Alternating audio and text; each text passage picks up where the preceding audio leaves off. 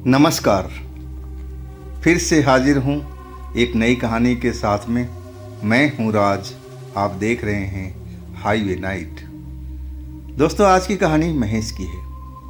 Mahesh Uttar Pradesh Kanpur district के रहने वाले। आइए, जो इनके साथ घटना हुई थी 2009 की बात है, जब महेश जी का उम्र करीब 25-26 साल का रहा होगा और वो एक फैक्ट्री में काम करते थे। और उनका एक दोस्त था, बिल्कुल उन्हीं का उम्र का, थोड़ा ऊपर या नीचे, और उनसे बड़ी गाढ़ी दोस्ती थी। ड्यूटी लोग साथ आते और जब उनकी छुट्टी हो जाती तो साथ ही जाते, वो भी पैदल। और 1.5 किलोमीटर या 2 किलोमीटर उनको पैदल चलना पड़ता था और तब वो अपने घर पहुंचते थे। और कभी कभी उस फैक्ट्री में ओवर टाइम भी हुआ करता था। और जब ओवर टाइम होता था तो रात 11 बजे के आसपास उनको निकलना होता था। और ऐसे ही एक ओवर टाइम की रात की बात थी, जब महेश अपना ड्यूटी ख़त्म किए और उनके साथ में उनका दोस्त भी। लेकिन उनका दोस्त शायद बाथरूम वगैरह में चला गया, देख नहीं पाए और वो गेट पर बाहर निकल गए। जब बाहर निकले तब उनको अपना दोस्त दिखाई नहीं दिया।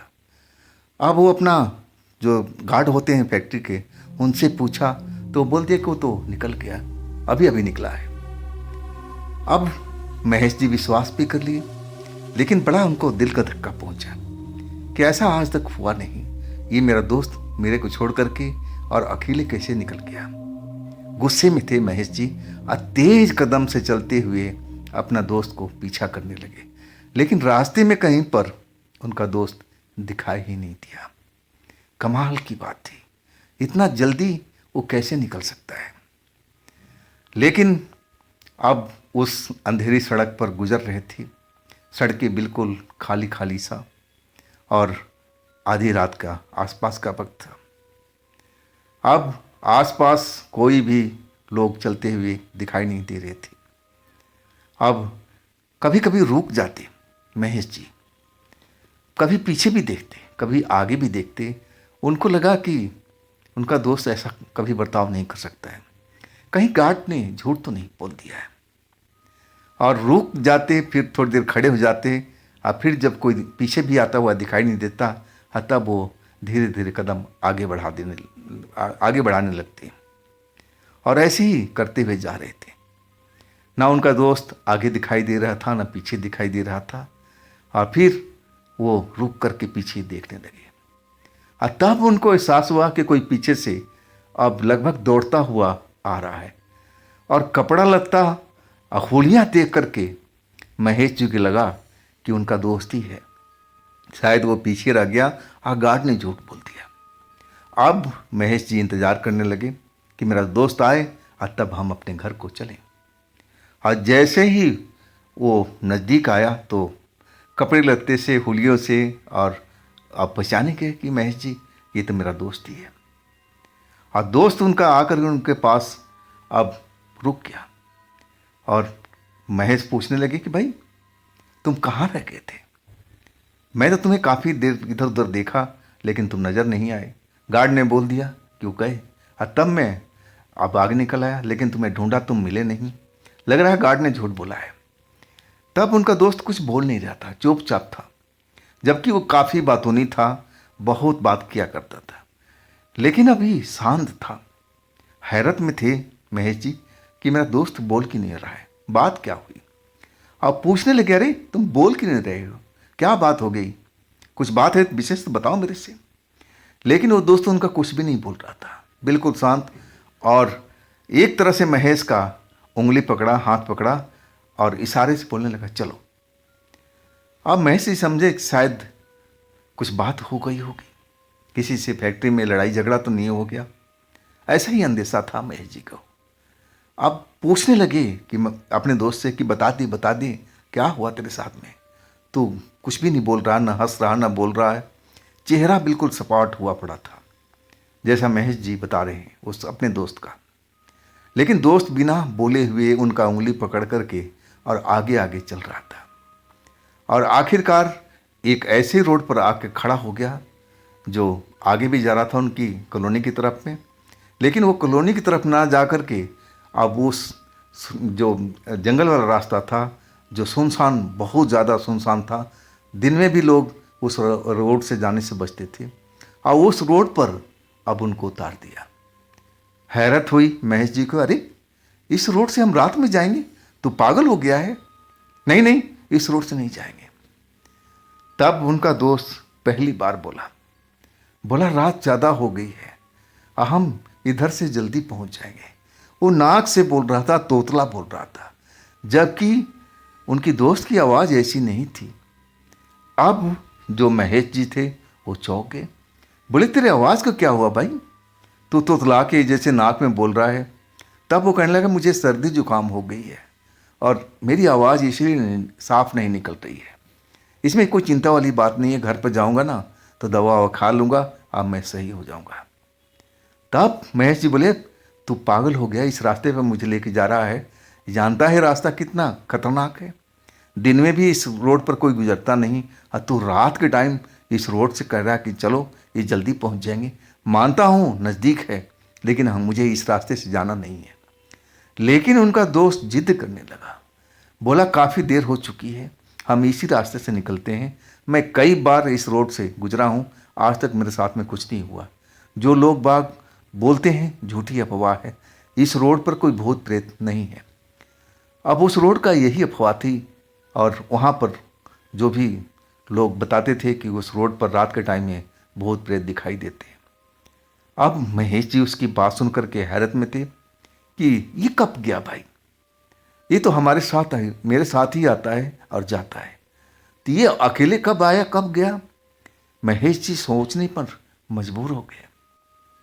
अब पूछने लगी, तू कब गया था इस रास्ते से?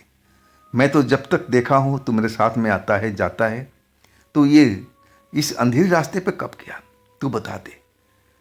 महेश जी को थोड़ा डाउट होने लगा उसकी आवाज़ से, और रात में वो जिद कर रहा था कि भूतिया रास्ते से चलना है, और तब महेश जी को थोड़ा शंका होने लगा कि ये ऐसा क्यों कर रहा है।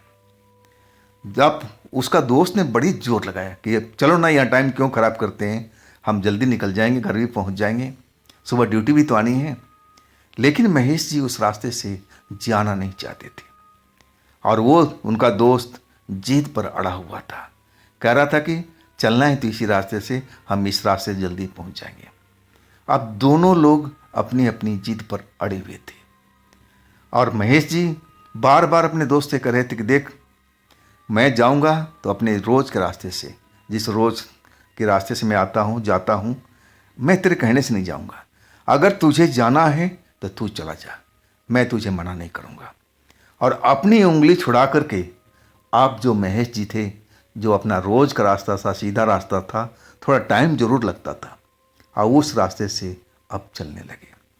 और वो उनका दोस्त उसी जगह पर खड़ा उनकी तरफ घूरता रहा और बार बार कह रहा था कि देख, इसी रास्ते पे आ जा, हम इसी रास्ते से निकलेंगे और जल्दी पहुंच जाएंगे, आ जा मेरे दोस्त आ जा।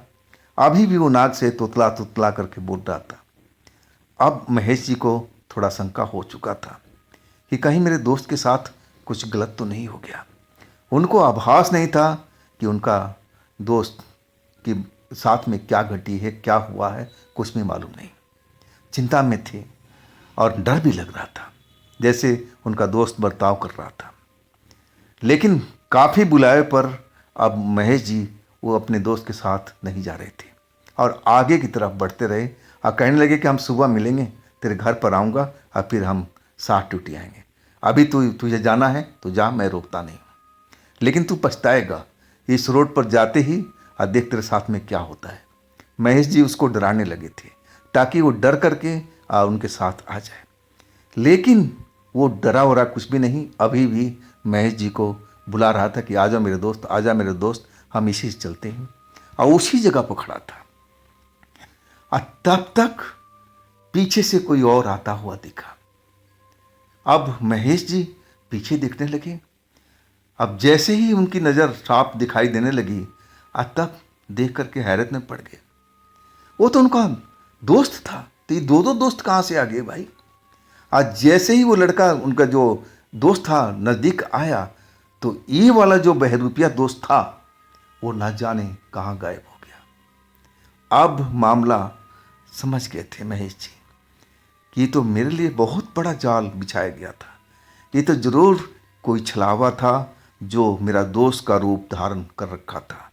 अब मुझे इस भूतिया रास्ते से चलने के लिए कह रहा था कि तुम इसी रास्ते से चलो, हम जल्दी घर पहुंच जाएंगे। आज जब उनका दोस्त नज़दीक आ गया तो दोस्त गुस्सा हो रहा था कि महेश भाई तुम मुझे छोड़ करके चले आए, मैं काफ़ी देर उधर उधर घूमता रहा, देखता रहा है। और गार्ड से पूछा तो बोला कि वो तो चले गए। अब मामला समझ में आ गया था। गार्ड था दोनों लोगों को अब गलत बता दिया था। गार्ड ने तो इनको बताया था कि उनका दोस्त निकल गया है और इसी बहकावे में वो आगे चले आए थे। अब मामला यहाँ आकर के फंस गया था, किसी छलावे के चक्कर में पड़ गए थे। अगर उनका दोस्त उस टाइम नज़र नहीं आता तो हो सकता है कि महेश जी का मन बदल जाता, अपने दोस्त को अकेला नहीं छोड़ते और उसके साथ मजबूरी में जा भी सकते थे। लेकिन उनका दोस्त ऐन वक्त पर आता हुआ दिखाई दे गया और तब जाके मामला समझ में आया महेश जी को। नहीं तो उस रात उनके साथ क्या होता महेश जी ने अपना अनुमान लगा लिया था। तो दोस्तों ये थी आज की कहानी महेश जी की। अगर आपके पास भी ऐसी कोई घटना है जो आप मुझे बताना चाहते हैं और भेजना चाहते हैं तो आप मुझे इंस्टाग्राम पर या मेरे व्हाट्सएप नंबर पर अपनी घटना को शेयर कर सकते हैं। और दोस्तों ये भी चैनल आप ही का है तो इसको भी अपना प्यार दीजिए, लाइक कीजिए, सब्सक्राइब कीजिए, शेयर कीजिए। और फिर हम मिलते हैं एक ऐसी ही डरावनी घटना में कल।